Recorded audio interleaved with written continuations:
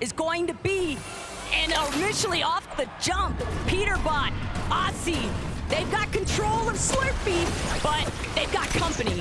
If that would have just been a Mammoth pistol right out of the gate for Peterbot, I would be worried for Booga and TG, but now it's just a bunch of SMGs. Ozzy already found the Mammoth. He's going to go ahead and deliver that one first class on over to Peterbot as soon as he gets the chance, but they're just going to shield up, get a lot of these chests. In reload, it's about 100% chest spawn, so you got a lot of opportunity to get the loot that you need. But keep an eye on where Allier and Mongrel are actually going to be headed. Clake's, Lacey, a little bit of pressure coming out from Veno and Reddish. And typically, you could expect that some of these POIs, you can just split them even 50-50 for the most part, but I don't think that a 50-50 clean split is the intention here. No, I don't think it is for the most part, but because of those 100%, there's a lot of floor loot and stuff that you can split it rather safely, or you can choose to fight it later once you do get that full loadout. But I did see in the feed, typical gamer taking down Courage. Now Cypher PK is going down, so a lot of these players already just going right at it to try to get those early elimination points so they don't have to worry about a deficit later on. And it's always rough to be one of the first players eliminated, because then you're just an open season target for the rest of the lobby. Alex, if he'd had that reload online, we might have even expected to see him fire a shot out of that Mammoth one more time, but Slurpy Swamp getting a little bit encroached upon, and this is Aussie and Peterbot's territory, but more so Peterbot's. Everybody kind of switching things up. It does look like Seti is just away from where we thought he was going to drop initially and put himself in a 1v2 situation against Savage and Lachlan. But Savage just gets Mammoth, and I believe it was Peterbot from on top, and already he's moving in for the straight elimination. Down goes Savage as Peterbot is instantly getting busy here in game one. Peterbot sees action. Peterbot wants his own part of it. Finding that first elimination now means everybody else is left scrambling. Lachlan trying to escape. He knows Pete is on the hunt, but Peterbot, watch your back. There's more company, more targets in sight. It's like the Peterbot hit list, and it scores 38 players, every single one. He's trying to get at least a single elimination on everybody in the game. Here in Savage getting rebooted, and these are the big warnings that we were talking about. It's just like a flare in the sky. They know exactly where you're at, and Peterbot is just on the hunt for Mr. Savage yet again, who luckily finds at least a shockwave to create just a little bit more distance. But how far can you run when Peterbot is chasing you down like this? He still has a couple of shots, one more left inside of this Mammoth, and then it'll be up close and personal. Thunder Shotgun pulled at the ready. Savage clip, but he doesn't have enough HP to tango, and that's gonna be a knock. Another elimination for Peter. Who needs a warm-up when you've got game one to get things done? Yeah, I don't know if anybody knows, but Savage kind of just helped the lobby right there, because you saw Peterbot only had one more Mammoth pistol shot left, so he's not going to be able to do that much damage from far away anymore unless he finds his loot llama in the fact of Aussie Antics to see if you have any more of those that I can borrow. Thomas HD, Somerset, just moving north from their original drop spot, and you can see they have a pretty decent loadout, but when we're looking for Thomas HD, no sniper, no Mammoth pistol, he doesn't have the firepower that we expect him to have yet. A little bit of, you take this, I'll take that, from Somerset and Thomas. But Aussie, Peterbot, they're not done. Pete especially, he's just keying everybody. And Mongrel, this is a conversation starter. Peterbot annoyed even that these two would have the audacity to challenge them at Slurpy Swamp. But Peterbot, Allier nearly bringing Pete down. Pete actually going to be forced to pull back, but Aussie, he's got the supportive measure. He knows his responsibility, and he's going to make sure that Pete is safe and sound. And the little things, Taco, it's the little things right there for Aussie, being able to go in, sneak in. He edited the backside cover for Peterbot to safely escape and gave the shields and heals exactly what he needs in a situation like that, because it was definitely a tough spot to be in for a quick moment. But relatively early, third zone, only one tick of damage. You could still stay and stagger yourself back if you need be. But you see Aussie play back up and then immediately goes right back to the farming. It'll be a test of endurance for those two making their way out of Slurpy Swamp. But Nikov, Podesai, can't even classify them as a dark horse because these are two very high-tier competitors. But with the way that they're kind of trying to position right now, Jacob, looks like they don't want to get caught up in too much of that early commotion. They'd rather prioritize positioning. Yeah, I was talking to them in the player room before it started. They're just going to play their game. They're not concerned with everybody's drop spots. They're not concerned with everybody's strategies. They're not even concerned with anybody sleeping on them. They say, hey, that's a blessing, because they're not going to see what's coming. And I think they're just focusing on prioritizing the rotation this time around. That's why they're going towards the north, but towards the eastern side of the zone is going to be gone, and Flakes, they've had a rough time. That surprise triple contestation could delay your timing so much. And even with Vaxity and Reason kind of calling out the fact, hey, we're just looking to take the dock side entirely out of Salty Docks, but Cooper made a great point. He called out that those two are eventually going to have to rotate in, and guess where they're going to have to go through? Both of these duos opposite ends, so the fight was inevitable from Salty, and it's kind of left everybody a little bit more scattered. Take a look at this, though. Typical gamer, one of the most viewed Fortnite creators in the world right now. And he's carrying the World Cup champion Booga 2 eliminations to 0. He has 7 crash pads, the legendary Slurp Juice. He has a very good loadout. Right now, the only real concern for them is how they're going to make their way in towards zone. They did let 1 or 2 teams already pass them on that rotation, and there's a third towards the north. Hey, you can't sleep on TG, though. You have to remember, this is someone who's been playing alongside Quinn even out of the West region on NA, and they've been able to have some pretty strong performances. He's definitely a strong competitor. I'm excited to see how they continue to cook in this lobby, but Kanata, Ronaldo, they already got a little bit clipped, a little bit tagged up from Typical Gamer and Booga, so they are very much aware they might be getting pressed here soon. The Mammoth pistol is going to be in Kanata's hands. They Ronaldo, kind of that clean-up loadout, the Stinger. Kanata can land a good amount of damage with that Mammoth pistol.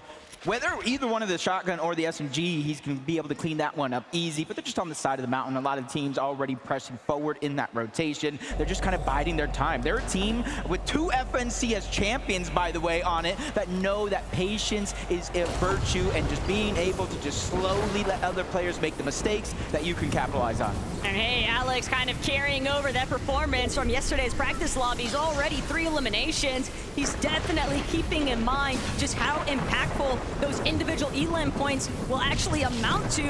And he's got Gone and Flakes in his sights. Poor Nate Hill doesn't even get a chance to respond. Threw up an attempt to defend himself, but Alex just way too quick on the trigger.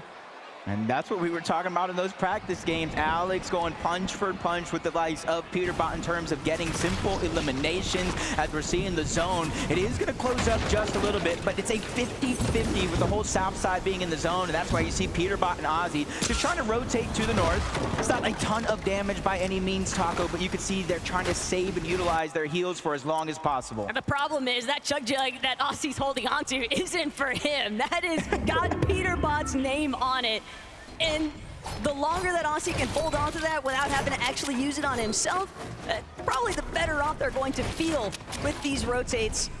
And the direction that they're headed, though, Somerset, Thomas HD, they might have an opportunity here to try and cut off some teams, play a little bit of spoiler to this edge of zone. Yeah, loadout's looking pretty good. They got that Chug Cannon, so that's basically infinite heals. You just need the timing to let them charge up. As Cold and Courage find themselves all the way toward the north, Steamy stacks, but there's about 6 teams on this side of the map. They find themselves in the zone, though. That's a luxury they know they can count on for now.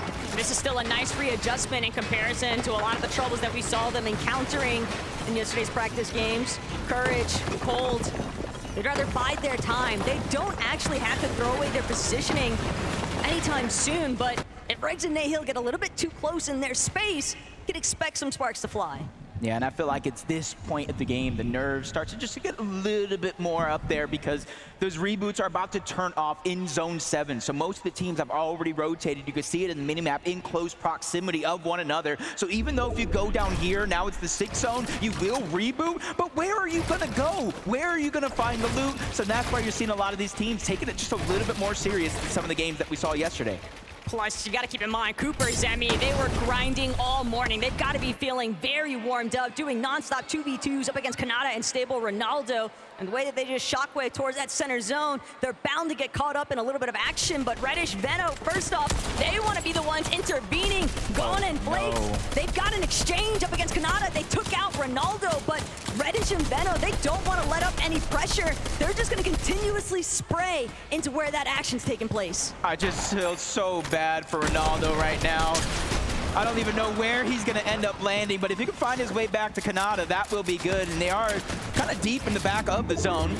This is about what are his chances, which is going to be relatively good. I don't even know how he just done it, but he did it.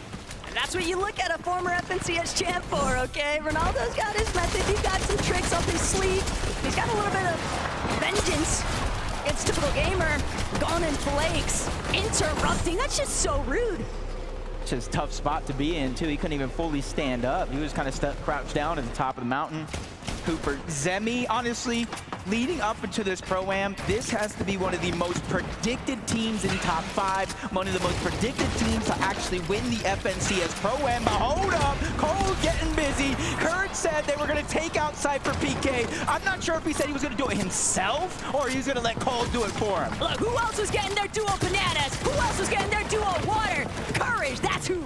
And it's showing off here. Cole feeling primed and ready to go. Cypher being the first victim, and possibly many more to come. And Cypher also in a tough spot.